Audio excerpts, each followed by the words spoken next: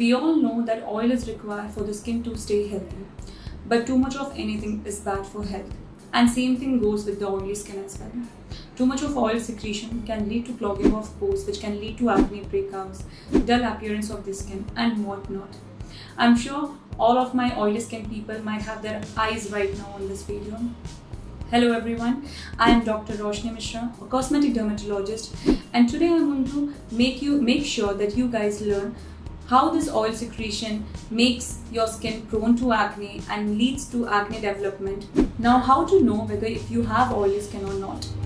Well, for that you can do a simple tissue paper test. Right after getting up in the morning, don't wash your face. Take a tissue paper and keep it over your face. If the T-zone area gets soaked over the tissue paper, then you might be having a combination skin. But if the whole tissue paper gets soaked, then you might be having an oily skin. Have you tried this test? Comment below your skin type. Why do I have oily skin? Well, the oily skin is caused because of the hyperactive sebaceous glands, and along with this, when you have large amount of open pores which allow the sebum to accumulate over your skin, giving them oily skin and making you prone to develop acne. How to take care of the oily skin?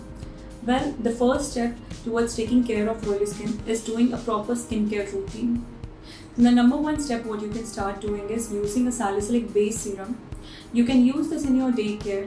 This will help in drying out the excess sebum as it penetrates deeper into your dermis and leads to the drying out of the excess sebum. Along with this, use a gel-based moisturizer and an aqua gel-based sunscreen.